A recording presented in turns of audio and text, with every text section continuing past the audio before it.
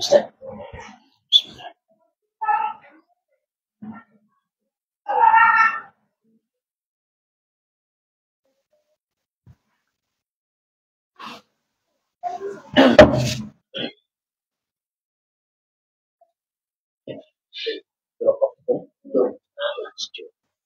Tak sihat sikit.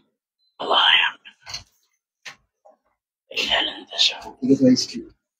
Boleh lah.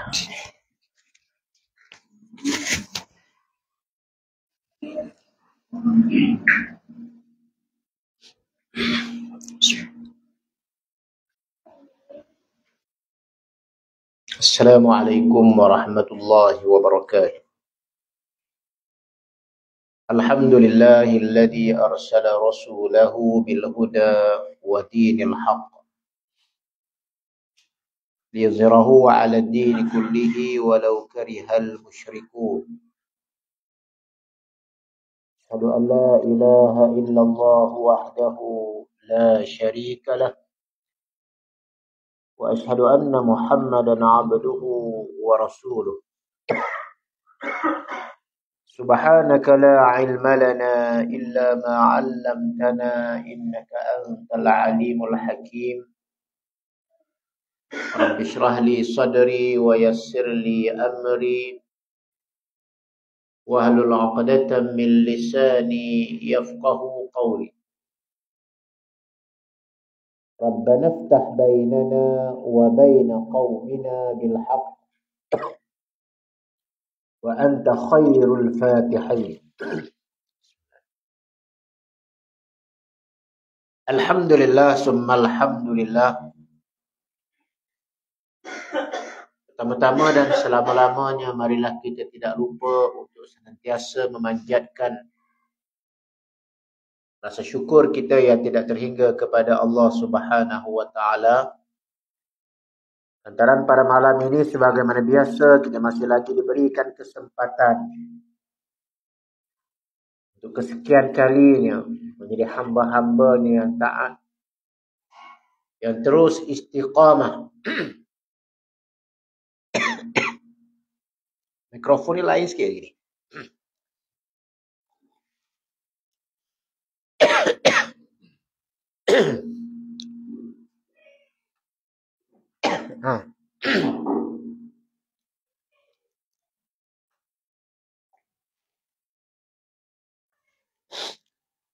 Tarik suara tiba-tiba.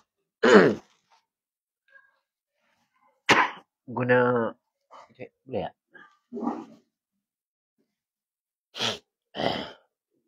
Ada air mineral tak? Air mineral. Pakai air suam. Sejuk tak lagi.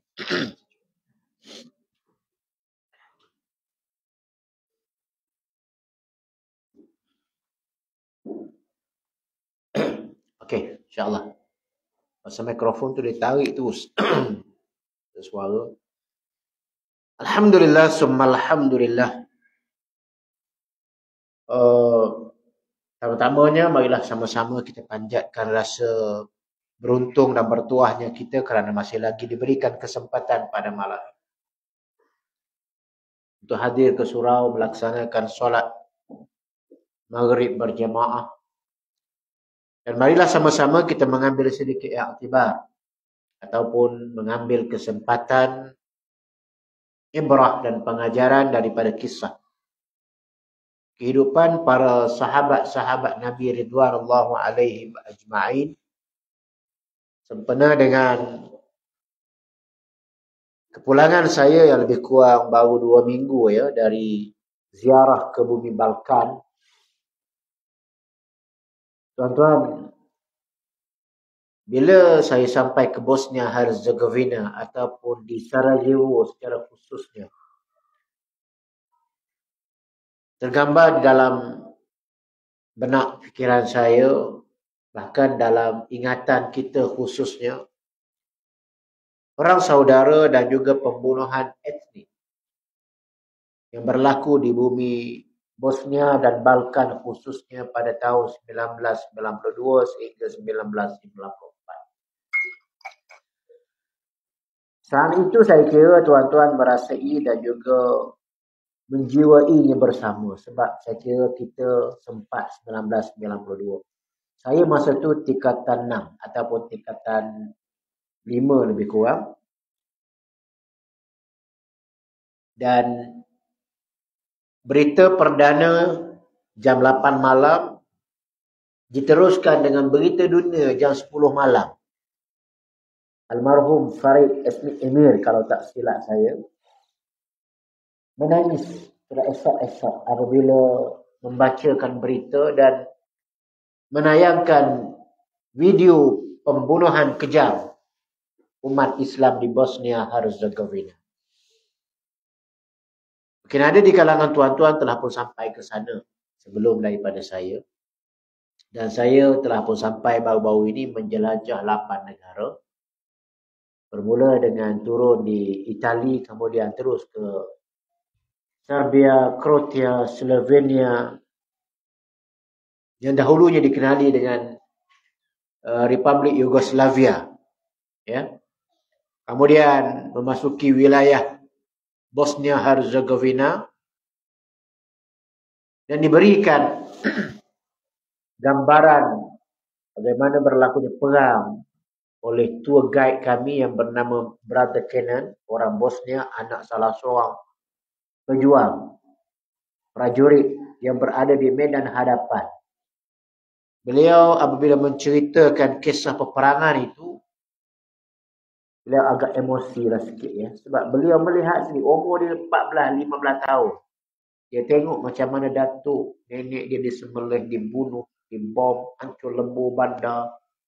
Ada satu kampung 300 orang awam dibunuh. Dan 300 orang, dia tunjuk kampung inilah. Dulunya mati belaka ni, gelimpangan tengah jalan. Yang kita tengok tu di Bandar Sarajevo tuan-tuan. Itu sikit je yang kita nampak mortar dan juga peluru yang jatuh tu tuan-tuan. Ada yang patah tengkok. Saya perasan ni. Antaranya patah tengkok bersandar seorang tu di dinding. Ada yang sedang merangkak putus kaki. Yang perempuan pecah perutnya. Dahsyat tuan-tuan. Itu tahun 1992, 1994. Dan sejarahnya tuan-tuan, sedikitlah sebab bila kita bercerita tentang sejarah Bosnia Herzegovina ini, dia tidak boleh lagi daripada apabila kerajaan Islam Khilafah Uthmaniyah berjaya menguasai Balkan. Bumi Balkan ini tuan-tuan telah pun berjaya dikuasai oleh Sultan Murad, ayah kepada Sultan Muhammad Al-Fatih. lebih kurang 1400 tahun sampai 1900 tahun. Atau lebih tepat lagi, lebih kurang 500 tahun. Islam berjaya menguasai wilayah Serbia, Montenegro, Bosnia, Albania, Bulgaria, yang sebahagian besarnya menjadi wilayah dan juga negara yang dinamakan Balkan. Ada 13 negara Balkan ini. Cuma apabila berlakunya Perang Dunia Pertama 1912, blok Khilafah Osmaniyah mengalami kekalahan. Khilafah Osmaniyah bersama dengan Rusia ya, lawan dengan Britain, Amerika, Perancis.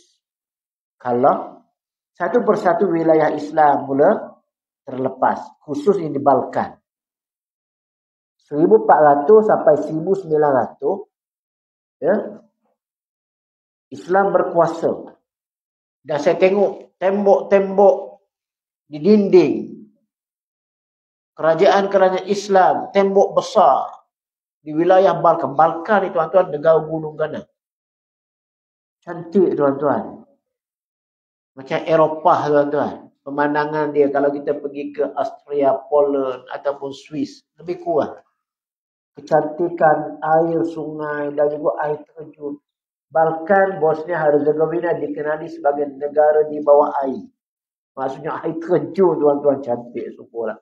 Orang kata macam di syurga, dia kata macam itulah. Tapi taklah begitu, syurga lagi hebat. Tuan-tuan, ayah-ayah dan ibu-ibu sekalian, kita tinggalkan sekejap Balkan dan apa yang berlakunya. Cuma sebagai ibrah dan pengajaran, lawatan ziarah ke bumi Balkan menggambarkan kepada kita Islam hebat. Khilafah Osmaniyah hebat. Berjaya menguasai 2/3 dunia hingga nun ke utara, Macedonia dan juga Bulgaria sampai Albania. Dan saya sempat, walaupun satu hari di Albania dan satu hari di Bulgaria, masjid-masjid tuan-tuan dia sepanjang jalan adalah masjid yang memiliki ciri-ciri bangunan Khilafah Osmani Turki. Macam masjid di Turki yang macam kita satunya Jalan Duta lah, itu gaya masjid Turki tuan-tuan. Menunjukkan pengaruh arkitektur, pembangunan dan bangunan-bangunan itu mendapat sentuhan daripada kerajaan Islam Turki atau kerajaan Islam Khilafah Osmaniyah. 500 tahun tuan-tuan, bukan jangka masa yang pendek. Tetapi apabila berlaku pembunuhan etnik, apabila berlakunya Perang Dunia Pertama, khusus Perang Dunia Kedua 1946, makin kecil wilayah Islam dan Bulgaria, Albania kebanyakan dikuasai oleh komunis, Soviet Union, Kristian. Mereka telah menghalau. Halau tu agak lembut sebenarnya, tetapi dalam istilah lain pembunuhan etnik. Siapa yang tak tukar agama akan dihalau, ditangkap dan dibunuh. Sehingga orang Islam di Albania ataupun di tuan-tuan di Bulgaria jumlahnya dahulu separuh lah tuan-tuan memeluk Islam, tinggal 10 hingga 15% sahaja. Tapi tengok masjid tu hebatlah, sepanjang jalan bandar utama ada masjid besar. Itu menunjukkan Islam pernah berdaulat dan berkuasa. Amat menyedihkan yang tinggal hanya bumi Bosnia, yang peratusnya 56 hingga 60%, lebih kurang Malaysia, penduduk umat Islam di Bosnia Herzegovina. Bosnia ni sebenarnya lebih kurang Malaysia. Orang panggil apa? Komposisi kaum orang Islam lebih kurang 56, 60, selebihnya macam kita Cina dan India. Dia orang lebih kurang juga. Kristian, Yahudi sebahagiannya dan juga agama-agama lain. Tapi hidup aman damai. Pemerintah dalam keadaan yang stabil selepas era 1994. Tuan-tuan tak tahulah tuan-tuan kalau baca sejarah ya, bagaimana berlaku pembunuhan etnik itu sebenarnya bermula daripada Jenderal Tito. Jenderal Tito. Tito ni dulu tuan-tuan bapa kemerdekaan Yugoslavia. Yugoslavia dulu ni tuan-tuan sekarang ni Kroatia dan Serbia lah sebenarnya. Ya. Dulu dia bernaung di bawah kerajaan Rusia. Bila dia nak membebaskan diri daripada Rusia, berlaku pertembungan, perang. Akhirnya beliau menang dan menubuhkan kerajaan. Tapi Serbia dan Kroatia yang menang di bawah itu ingin juga menguasai wilayah Bosnia umat Islam. Jadi secara otomatik mereka telah melancarkan ethnic cleansing ataupun pembunuhan etnik, ataupun lebih tepat lagi adalah menghancur leburkan tamadun Islam dan membunuh umat Islam. Itu yang berlaku sebenarnya. Tapi alhamdulillah Presiden Alija Izetbegovic, katanya ingat nama tu kan? Seorang ulama, katanya lepasan daripada Timur Tengah, pernah belajar di Al-Azhar. Seorang presiden yang terjun ke medan perang melawan Militia ataupun Serbia, tuan-tuan, yang dipimpin oleh siapa? Slobodan Milosevic dan juga Radovan Karadzic. Dua-dua ini pemimpin Kroatia dan Serbia yang dulunya adalah jiran, tetangga, hidup satu kampung halaman dengan umat Islam Bosnia, tapi telah melakukan pembunuhan etnik, bunuh saudara mara dan juga jiran tetangga yang dulu hidup aman damai. Jadi tuan-tuan, apabila saya ke sana, bangunan yang dibiarkan masih ada kesan tembakan, bukit-bukit bukan sekeliling Sarajevo ditunjukkan oleh Brother Kenan. Dia kata, no, di bukit sanalah kami berlindung. Ya, di bukit sanalah kami melarikan diri. Ada yang tak sempat lari dibunuh di jalan-jalan, perempuan dibelah perut. Itu biasa dia. Bukan 100,000, katanya 80 hingga 100,000, bahkan mungkin beratus ribu, mungkin sejuta, dia kata umat Islam dibunuh sebenarnya. Yang dikuburkan beramai-ramai, yang dibuang di dalam sungai. Ayah-ayah dan ibu-ibu sekalian, alhamdulillah ziarah saya berakhir lebih kurang 13 hari 10 malam balik ke bumi Istanbul, Turki, dan hari terakhir saya dibawa ziarah Abu Ayyub Al-Ansari Mosque ataupun Ayyub Mosque yang terletak di Istanbul. Jadi malam ini saya nak kongsi dengan tuan-tuan kisah sahabat Nabi yang bernama Abu Ayyub Al-Ansari. Ya, ada kaitan sikit dengan ziarah saya atau kembara saya. Abu Ayyub Al-Ansari adalah merupakan salah seorang sahabat Nabi yang awal memeluk Islam di kalangan orang Yasrib. Kenapa kita kenal dia sebagai orang Yasrib? Sebab namanya adalah Abu Ayyub Al-Ansari. Kunyah dia, nama gelaran dia. Adapun nama sebenarnya adalah Khalid bin Zaid bin Kulayb dari Bani Najjar. Abu Ayyub sebab anak lelaki pertama dia nama Ayyub. Jadi dia dinamakan kunyah panggilan manjanya Bapak Ayyub kalau orang Melayunya. Jadi Abu Ayyub, Abu tu ayah, Ayyub anak dia, Abu Ayyub Al-Ansari kerana beliau di kalangan orang Ansar. Ingat ada lagi Ansar ni siapa? Ansar adalah orang yang duduk di Madinah. Kalau di Mekah, Muhajirin. Pindah ke Madinah, dinamakan Muhajirin. Orang Mekah yang duduk dengan Nabi di Mekah, pindah ke Madinah, dinamakan Muhajirin. Dalam bahasa Arab, Muhajirin itu artinya orang yang berpindah. Muhajirin. Adapun yang di Madinah dinamakan Al-Ansar, orang yang tolong Nabi. Sebenarnya Nabi telah melakukan suatu tindakan politik yang cukup bijaksana apabila Nabi datang ke Madinah ataupun Yasrib, nama awalnya. Bagaimana kita sedia maklum, Nabi buat apa mula-mula sekali? Buat masjid ya. Masjid apa? Masjid yang pertama, Masjid Quba. Kemudian baru Masjid Nabawi. Itu menandakan di dalam Islam sesuatu tamadun, bahkan dalam dunia, semua tamadun bermula dengan pusat ibadat. Kalau orang Islam, masjid lah. Orang Kristian mungkin gereja. Orang Cina, Buddha dengan tokong dia. Hindu dengan kuil dia. Dalam lawatan saya last ke Bulgaria, tuan-tuan, saya dibawa melawat bandar dia. Simpang 4 di bandar dia ada 4 simbol tamadun manusia. Ada Murad Mosque, Masjid Sultan Murad. Ada gereja Kristian sebelah sana. Ada gereja Katolik, Kristian Soviet Union, dan ada Yahudi. Ini penduduk terbesar. Yang di sana tak ada Hindu, tak ada Cina lah kan. Jadi ada Islam, ada Kristian, ada Yahudi, ada satu lagi dipanggil penganut agama Zionis ini. Ada gereja dia lah. Jadi keempat masjid ini menunjukkan ada pertembungan tamadun yang cukup lama. Dan bila Islam memerintah satu ketika dahulu, keempat masjid dan juga rumah ibadat ini dibenarkan, dibebaskan untuk melakukan apa saja aktiviti. Okey, macam kita lah kot. Kita masjid pun ada kan. Gereja pun ada. Kuih pun ada. Kan? Tokong pun ada. Cuma yang tak tahan ni jangan setiap pokok ni pun buat rumah ibadat lah kan. Yang tu yang kerajaan terpaksa ambil tindakan. Pantang jumpa pokok besar je. Ini tempat Tuhan dia. Kan?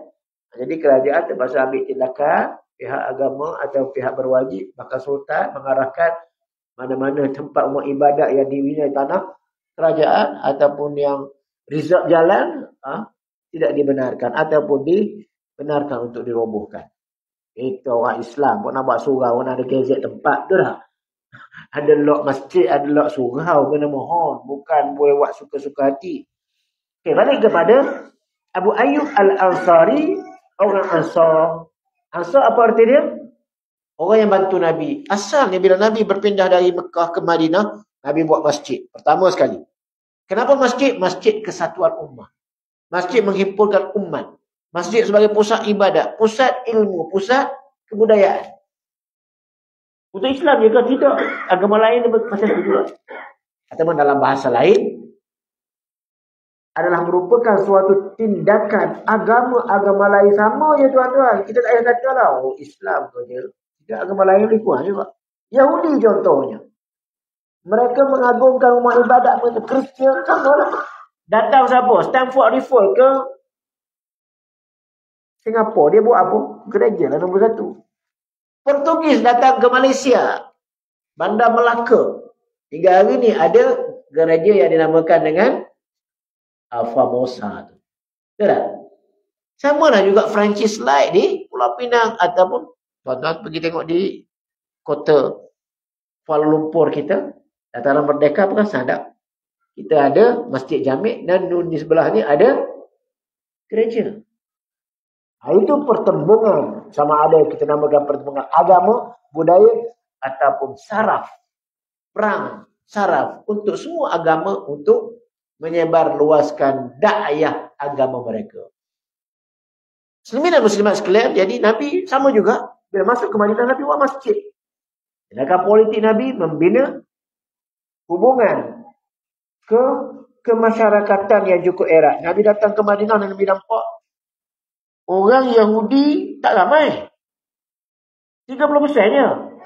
Paling ramai 40%. Orang Arab 60%.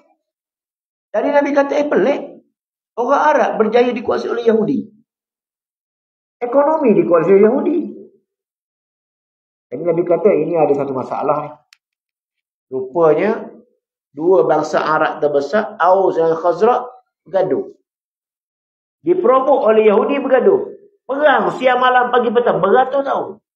Datang Nabi mempersaudarakan. Tak ada dah Aus, tak ada Khazraj. Kita gabung jalin dengan memberi nama apa? Apa namanya? Al-Ansar. Al-Ansar. Boleh? Macam Malaysia lebih kurang pernah berlaku. Ya, bergaduh berpuluh tahun. Bergaduh berpuluh tahun, maka dia buat satu kesatuan ummah. Contoh kan? Gabung dengan nama baru. Supaya tak bergaduh. Yahudi memang itu kaedah dan caranya. Arab bergaduh antara satu sama lain, lebih kuranglah Melayu pun mungkin bergaduh juga.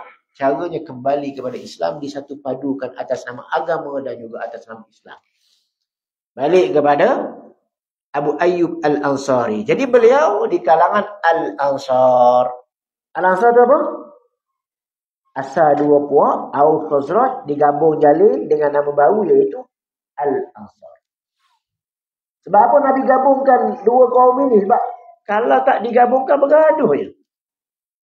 Kena promo sikit bergaduh. Kan dalam Al-Quran disebut wa'tasimu bihablillahi jami'an wa la tafarraqu. Berpegang teguh dengan tali Allah, jangan kamu bercerai-berai. Ingat ada satu ketika lagi, sambungan apa ayat itu Allah Ta'ala cerita, satu hari Aus Khazraj ni nak bergaduh sampai akad pedang. Masing-masing mengagungkan bangsa masing-masing. Maka Nabi mengingatkan kepada mereka, dulu kamu berperang dah, aku datang mempersaudarakan kamu. Jadi kita kena bersaudara di atas nama apa? Akidah. Kesatuan dan keutuhan umat ini hendaklah dibina di atas kesatuan akidah. Itu yang paling utuh dan kukuh. Yang paling erat. Kalau dibina di atas kesatuan atas nama lain, dia tak kuat. Atas nama boleh yang lainnya. Mungkin atas nama negeri. Oh, puak kita, geng Kelantan. Kelantan lah. Mari masa gaduh dengan Terengganu. Main bola dah bergaduh lah. Betul tak? Boleh kita bangga dengan GDP kita. Boleh, tak ada masalah. Sebab kita kebetulan orang Johor. Geng Jawa Johor. So, tak ada masalah. Sebab memang kita ada semangat asabiyah kaum dan tempat kita. Macam saya Al-Besuti memang bangga dengan orang Besut. Kan? Orang Besut memang tanya ya mana-mana orang Besut. Asal mana? Besut. Orang Besut tak akan kata dia orang Terengganu. Jarang jumpa lah. Asal mana Ustaz? Asal Besut. Bukan daripada Terengganu. Tak Besut. Ya. Besut mungkin dia ada sedikit perbezaan. Tak salah. Yang salah bila bercanggah dengan akidah, bercanggah dengan macam kita. Nak bangga dengan Melayu, tak salah bangga dengan Melayu. Memang sifat. Orang Arab bangga dengan Arab. Sama juga. Nabi bangga dengan Arab. Nabi dia kata apa? Aku ni orang Arab. Kalaulah bukan kerana puak Mekah mengeluarkan aku daripada Mekah, aku bangga dengan bumi Mekah. Nabi macam tu. Sama juga. Tak salah. Tapi yang salahnya, antu'ina qaumak ala zulm. Asabiyah salah bila bertembung antara kebenaran dan kebatilan, kamu sokong demi puak kamu, batil pun, ini puak kita ni langgar orang pun, accident salah pun, ini puak kita. Salah suku kira, yang penting balur dulu. Pukul dulu, tak betul. Kena ikut kaedah Islam. Bertembung kebenaran dengan kebatilan, kita kena sokong kebenaran dan keadilan. Itu jangan kita demi bangsa, demi puak, demi persatuan, demi geng kita UK Perdana, kita support. Tak, kita support atas dasar Islam, akidah. Selagi mana mereka itu Islam, akidah Islamiah, mereka saudara kita. Jadi Abu Ayyub Al-Ansari, kelebihan beliau sebagai salah seorang sahabat Nabi, pertamanya, beliau antara orang paling awal memeluk Islam. Di kalangan orang Madinah. Orang Mekah memang ramai yang paling awal. Abu Bakar, Osman, Ali, awal. Umar lewat sikit. Kan saya dah biasa sebut, kenapa orang awal ni ada kelebihan? Biasalah orang awal banyak kelebihan. Macam datang sembahyang tu kan. Orang datang sembahyang awal, duduk sebelah depan, mesti dapat kelebihan. Sebelah depan daripada belakang, mesti sebelah depan paling awal. Paling banyak pahala. Contoh hari Jumaat kan. Kan biasa dengar kan. Riwayat yang masyhur, mutawatir. Siapa yang datang awal dapat unta. Lewat sikit dapat lembu. Lagi lewat dapat kambing. Lagi lewat dapat ayam. Lagi lewat dapat telur ayam. Lagi lewat dapat apa? Dapat apa? Kawan saya nakal sikit, tak zali. Lewat balik telur sendiri. Dia kata.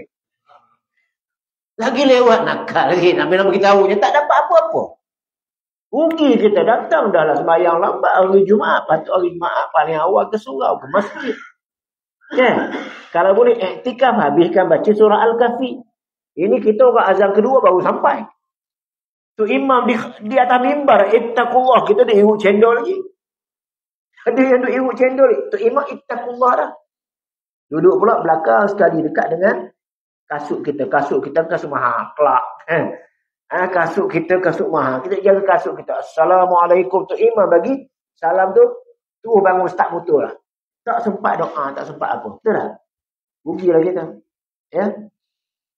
Jadi tuan-tuan, Abu Ayyub Al-Ansari orang awal memeluk Islam. Walaupun di kalangan orang Yasrib, dia adalah awal. Dia Islam dalam bai'ah Al-Aqabah As-Tsaniyah. Aqabah yang kedua. Maksudnya, tuan-tuan baca sejarah Islam ya. Sejarah Islam ni sebelum Nabi hijrah ke Yasrib, Nabi buat janji setia dengan orang Arab Yasrib. Tahun pertama, Arab Yasrib lebih kurang 7-8 orang datang ke Mekah. Nabi jumpa di Bukit Sofa. Siapa yang nak sokong aku bila aku pindah ke Yasrib? Maka ada 7-8 orang. Nabi dah hantar ni Mus'ab bin Umair dakwah ni. Sebagai duta Islam. Tahun depan datang 80 orang. Nabi pun bai'ah. Bai'ah artinya berjanji setia. Kalau sekarang ni guna bai'ah. Bersumpah. Sama lah tu. Nabi ni strategis. Nabi ni bukan jalan-jalan. Dia pemimpin politik. Bukan Nabi je. Kadang orang kata Nabi ni pendakwah. Betul Nabi pendakwah. Seorang Nabi dan Rasul. Tapi Nabi pemimpin politik. Jadi maksudnya, Nabi ni seorang leader yang bijak. Sebelum hijrah, dia buat platform dulu. Dan kalau kita bercakap politik ni, platform tu kena ada. Kena ada sokongan akar umbi. Ini dikatakan. Lepas-lepas pemilihan lain macam. Kena ada sokongan akar umbi. Kalau tak ada sokongan akar umbi, kalau letak pencalonan agak-agak menang ke kalah? Kalah lah, tak ada sokongan. Sebab tu kena ada pencalonan dulu. Ni kita aku nak jadi pemimpin ni. Orang tak calon nak jadi pemimpin macam mana? Betul tak? Kena ada ketua-ketua. Ketua apa dia panggil? Ketua cabang, ketua bahagian kan? Ketua kawasan, ketua cabang kawasan yang support kita. Barulah bila masuk tandingan ada undi yang menyokong kita. Nabi sebelum hijrah ke Yasrib, Nabi dah ada support akar umbi. Berapa orang? 100 orang. Okey lah. Kalau 10 orang bimbang juga kan. Di antara orang yang paling awal sokong Nabi siapa? Tadilah Abu Ayyub Al-Ansari. Jadi ringkas cerita tuan-tuan. Panjang di perjalanan Abu Ayyub Al-Ansari ni. Sehingga beliau wafat dan meninggal di tepi kota Istanbul ni apa ceritanya. Jadi beliau antara orang paling awal. Itu yang pertama. Yang kedua, kelebihan beliau ada satu cerita yang masyhur. Nabi masa hijrah, bila masuk Madinah, masuk Yasrib, bandar Yasrib, masing-masing Tala'al Badr kan, sambut Nabi ni pemimpin macam sekarang ni lah kan, pemimpin datang. Kalau kita panggil ulama dah datang, tok guru datang, mesti kita sambut. Dan masing-masing nak tunjukkan apa? Support, sokongan. Antaranya kalau tok guru, mesti kita akan jemput datang rumah saya. Tidur rumah saya, makan rumah saya. Berebut ni. Berebut. Ya. Masing-masing mungkin tarik unta Nabi. Hadang unta Nabi. Masing-masing berebut. Jadi Nabi seorang pemimpin yang bijaksana. Nabi buat usaha macam mana?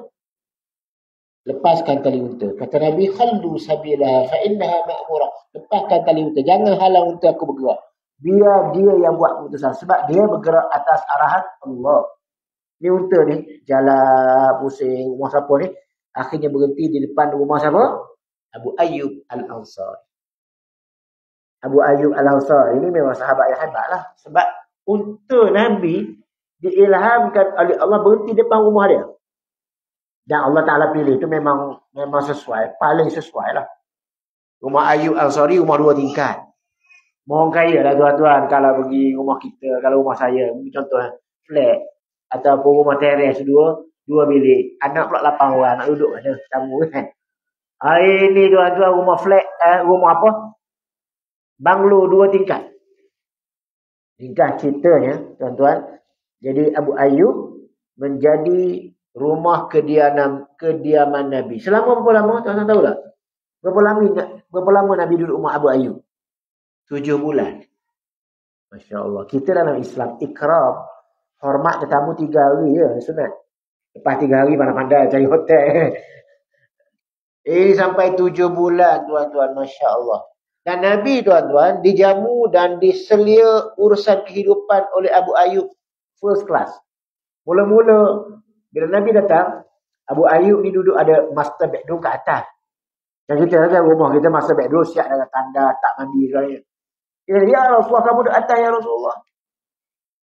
Sebab apa? Sebab takkanlah aku nak berjalan, kamu duduk kat bawah. Tak wajar Nabi yang paling agung, paling mulia, aku duduk berjalan ke atas. Ya Rasulullah, tolonglah duduk atas. Nabi kata tak boleh. Aku tamu, kamu sila duduk atas. Lagipun aku ada alasan duduk di bawah ni, kata Nabi, nak terima tetamu. Ramai orang dah tak jumpa aku. Jadi kalau duduk atas payah. Ringkas ceritanya tak apalah. Abu Ayyub setuju duduk bawah. Tapi tak boleh tidur. Dan kes berlaku bila air tumpah. Air satu tupai yang zaman dulu kan ada paip air kan. Satu tupai yang tumpah tinggi sampai ke bawah. Dikeringkan dan dibimbangi. Berlaku lagi perkara itu. Abu Ayyub kata, ya Rasulullah, kamu duduk atas ya Rasulullah. Tolonglah, tolong. Akhirnya Nabi duduk atas. 7 bulan duduk tingkat atas rumah Nabi SAW. Menggambarkan hebatnya Abu Ayyub Al-Ansari ini. Dia tak akan makan melainkan apa yang Nabi makan dulu. Dan sisa Nabi baru dia makan. Berkat Nabi. Dia menyediakan persiapan makan minum Nabi. 7 bulan tuan-tuan. Biasanya jamu tetamu 7 bulan ni hebat tu. Kita 3 hari sikit lagi. 7 hari boleh tahan lagi. 7 bulan. Minta maaf tuan-tuan. Makan modal tuan-tuan. Belanja orang 7 bulan ni kan. Tapi orang kaya. Kaya ni satu. Ramai orang kaya. Tapi ada satu lagi sifat. Dermawan. Jadi Abu Ayyub yang pertama. Sifat dia. Orang yang paling awal memeluk Islam. Di kalangan Yasrib. Yang kedua. Rumahnya menjadi rumah tumpangan Nabi. 7 bulan. Dan yang ketiga. Dermawan. Masya Allah. Dermawan. Bukan kaya saja. Bukan hartawan. Bahkan dermawan. Hari ni ramai orang hartawan. Tapi belum tentu dermawan. Betul tak? Tapi ini hartawan yang dermawan. Ada satu cerita. Satu hari ni lepas Nabi dah pindah rumah sendirilah. Lama selepas itu dengan ceritanya. Abu Bakar ni satu hari keluar rumah. Pukul 11 pagi. Pukul 10-11 keluar rumah. Jangan tiba-tiba keluarlah Umar Al-Khattab. Tengok Abu Bakar pelik. Biasa orang Arab ni pukul 10-11 tak keluar lagi. Orang Arab dia bangun lewat. Maka dia tanya, ya Abu Bakar kamu keluar tu kenapa? Abu Bakar kata, aku lapar. Makanan tak ada kat rumah. Tapi lapar saya. Abu Bakar tanya Umar pula, yang kamu juga apa kenapa keluar pagi-pagi buta ni? Umar kata, aku pun lapar, tak ada makanan kat rumah. Tengok sahabat hebat ni. Ini menteri kabinet ni. Menteri kanan ni. Tak ada makanan kat rumah tuan-tuan. Duduk tak lama-lama Nabi pula keluar. Jumpalah. Nabi pun tanya, apa yang menyebabkan kamu berdua orang ni keluar pagi-pagi ni? Dia jawab, tak ada makanan ya Rasulullah, lapar. Sahabat pun tanya, ya Rasulullah, yang kamu pula, kenapa keluar pagi-pagi? Nabi pun kata, aku pun lebih kurang juga, rumah tak ada makanan. Lapar. Tengok. InsyaAllah ya. Hikmah yang boleh kita belajar, tengok. Nabi, sahabat Nabi. Makanan tak ada rumah tuan-tuan. Tak ada di rumah kita. Ini peti 2 pintu tuan-tuan. Peti 2 pintu. Yalah. Zaman dulu tak ada peti sejuk Ustaz. Ini contoh. Kita boleh kata macam tu. Tapi maksudnya Nabi ni. Dia memang hidupnya qanaah. Cukup dengan apa yang ada. Sahabat Nabi pun. Bukan tak kaya. Abu Bakar kaya. Umar ni memang bisnesmen belaka ni. Kaya-kaya. Tapi beri kurang. Tak menyimpan harta di rumah banyak sangat. Cukup untuk makan. Kadang-kadang habis. Jadi ringkas cerita Nabi kata, jom kita pergi rumah Abu Ayyub. Sebab Abu Ayyub ni confirm ada makanan dia orang kaya. Pergi-pergi ringkas ceritanya Abu Ayyub sudah Nabi datang. Naik terus panjat pokok kurma. Dia ada kebun kurma. Panjat pokok kurma. Yang kita sekarang ni. Musangking lah kot. Hidang terus pada Nabi. Naik pokok kurma. Ambil balah. Buah balah. Balah ni kurma muda tu. Kita biasa. Kita ni bulan-bulan puasa makan kurma apa? Kurma lembek tu. Dia dipanggil rotok. Yang lembek dia panggil rotok. Kita ni panggil kurma belaka. Kurma dia ada nama-nama dia. Kalau yang lembek tu rotok. Kan? Yang muda dia panggil balah. Nabi suka makan balang. Kurma muda. Sekarang ni pun ada orang jual kan yang kuning tu. Tunggu sat. Nabi kata, tunggu sekejap. Aku nak sebelah kambing seekor. Sebelah kambing tuan-tuan. Nabi datang di sebelah kambing. Dah harap memanglah 2-3 orang. 4 orang. Dia makan kambing seekor biasalah.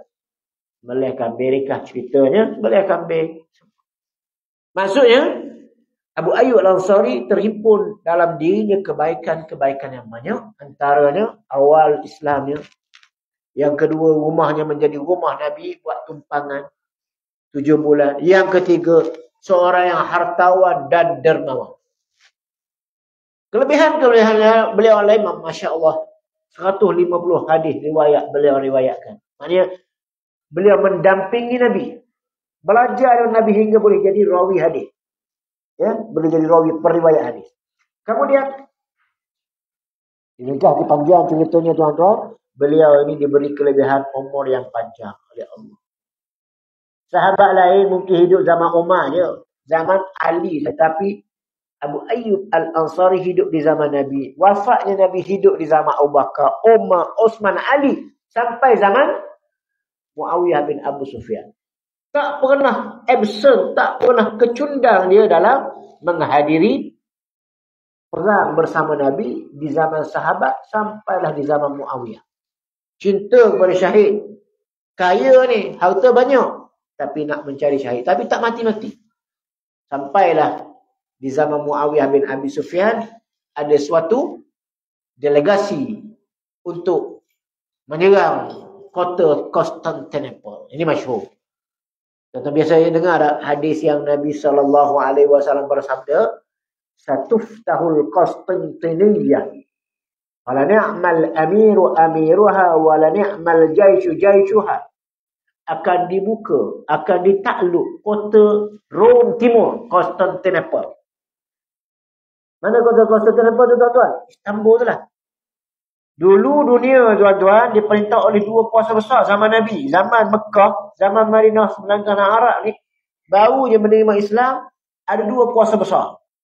2 kuasa besar ni Rom, Parsi, perang sejak beribu tahun. Kaya raya, jutawan, hartawan, kaisar. Ini bukan zaman Nabi ni, sebelum Nabi lagi. Dan saya ada pengalaman sikit lah tuan-tuan, Masya Allah. Allah Ta'ala beri sedikit rezeki. Saya pernah pergi ke Jerman, menjelajah Central Eastern Europe ni. Wilayah-wilayah timur Eropah. Austria, Hungary, Poland, sampai ke Republik Czechoslovakia. Pergi belakanglah bandar-bandar besar dia tuan-tuan. Budapestnya dengan Pragnya. Tempat Mak Saleh duk berlaku hebat-hebat tu lah. Dan memang lawatan kami biasanya akan menemui tembok-tembok besar dan gereja-gereja ratusan tahun, bahkan 1000 tahun. Sejak bila? Zaman Romawi lagi. Kristian ni zaman Rom lagi. Yalah, Nabi Isa lama lagi kan. Dan saya pernah bertanya, bila saya pergi ke Republik Czechoslovakia, ada suatu tembok besar yang menjadi tempat penggambaran filem-filem barat tu. Macam baru ni saya pergi Montenegro, ada satu kawasan yang menjadi tempat rakaman cerita Hercules tu. Cerita Hercules yang pedang itu, di situ lah mereka berlakon. Saya tanya, tembok ni, gereja ni, bila dikuasai oleh Rom, dia kata sejak beribu tahun dahulu. Sejak beribu tahun dahulu tuan-tuan, gereja-gereja ini dikuasai dan dimiliki oleh Kristian, dan Romawi tidak pernah kalah dalam perang melawan tentera Osmania. Oh, dia boleh bangga macam tu. Dan saya baca sejarah betul sungguhlah. Republik Czechoslovakia, Poland, Hungary ni memang dia panggil kerajaan Habsburg. Dulu tak pernah. Turki ni boleh kuasai Balkan. Hebatlah tu Balkan ni tuan-tuan. Balkan 78 negara. Sehinggalah jatuhnya Istanbul, Turki tadi tuan-tuan. Islam sempat juga, Muhammad Al-Fatih, Sultan Murad sempatlah juga sampai ke sempadan Austria dan Hungary. Tapi tak berjaya mengalahkan mereka sebab tembok mereka hebat. Kerajaan mereka besar. Nah, jadi tuan-tuan, bila saya last ke Istanbul, Turki, melawat Ayyub Mosque, Maka saya rasa Masya Allah, inilah bandar Istanbul yang telah disebut oleh Nabi akan dibuka dan ditakluki oleh sebaik-baik pemimpin dan sebaik-baik tentera. Jatuh pada tentera Islam yang dipimpin oleh siapa? Sultan Muhammad Al-Fatih. Bila tuan-tuan? Lebih kurang 5 dan Muawiyah tadi. Hatta Yazid diiringi oleh Abu Ayyub Al-Ansari masuk perang. Tua umur 81 tahun. Pergi perang lagi. Anak-anak pakak beritahu ayah tak payah perang lah ayah. Ayah dah tua tak lagi. Abu Ayyub Al-Ansari kata apa? Ya?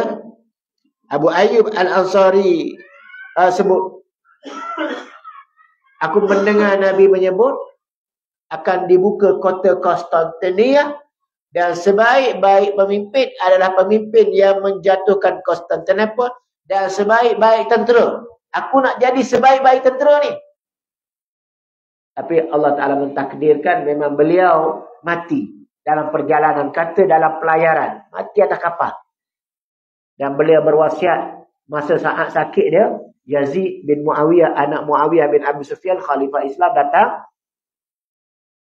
Ya. Dia bertanya, ya Abu Ayyub, ada wasiat ke, apa permintaan kamu? Ya. Maka Abu Ayyub Al-Ansari kata, permintaan aku, mohon kuburkan aku. Ya. Tanam jasad aku di mana? Di tepi perbatasan kota Istanbul. Sebab aku nak dengar tapak kaki ataupun tapak kuda yang berjaya menjatuhkan kota Konstantinopel. Jadi sebab itu Abu Ayyub Al-Ansari yang syahid mati dalam perjalanan perang ke Istanbul, dan Istanbul tak jatuh pada zaman Muawiyah, zaman Yazid, jatuh pada 500-600 tahun selepas itu, tapi makamnya dikuburkan di tepi kota Istanbul. Dan tempat itu hari ini kerajaan Turki telah bina, di makam dia ataupun di kubur dia telah bina masjid yang dinamakan Ayyub Mosque. Abu Ayyub Al-Ansari dimakamkan di sana bersama dengan pahlawan, pejuang dan juga mujahid, syuhada. Dan kalau tak silap saya, salah seorang Malaysia yang diberikan kelebihan dimakamkan di sana ialah Ammar bin Azam Abdul Rahman, iaitu anak kepada bekas Presiden Habib Azam Abdul Rahman, yang anak dia seorang pemuda yang hebat, belajar di sana, melaksanakan tanggungjawab dakwah, insiden kemalangan jalan raya, dan diberikan penghormatan oleh kerajaan Turki, dimakam dan dikuburkan di berhampiran dengan Abu Ayyub Al-Ansari. Itu satu kelebihan buat umat Islam di sana. Jadi tuan-tuan muslimin dan muslimat sekalian, begitulah sedikit sebanyak perkongsian yang boleh saya kongsikan dengan tuan-tuan hari ini. Pada malam ini mudah-mudahan ia menjadi sedikit inspirasi, semangat kepada kita. Tengok 81 tahun berjihad lagi. Perang tuan-tuan, kita ni 80 tahun nak turun tangga masjid pun tak larat dah. Tak lagi nak berjihad tuan-tuan. Bukan 80, 60 pun kita lutut tuan-tuan. Hari ini 81 tahun berjihad. Marilah kita mengambil semangat dari sahabat yang mulia Abu Ayyub Al-Ansari. Tak boleh jadi macam dia pun tuan-tuan, tak apalah. Paling tidak berazam, bercita-cita untuk menjadi Muslim yang taat, istiqamah dalam melaksanakan ketaatan, hadir ke surau, solat berjamaah, dengar kuliah, sampaikan ilmu-ilmu pada umat, insya-Allah. Aku qauli hadza wa astaghfirullahal azim li wa lakum. Assalamualaikum warahmatullahi wabarakatuh. A'udzubillahi minasyaitonir rajim. Bismillahirrahmanirrahim. Alhamdulillahi rabbil alamin wassalatu wassalamu ala asyrafil anbiya'i wal mursalin wa ala alihi wa sahbihi ajma'in.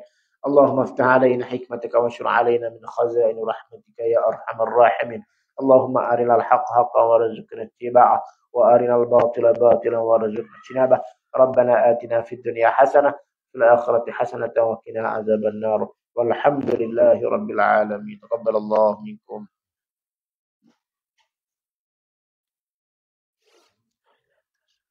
Allahu Akbar, Allahu Akbar. Allah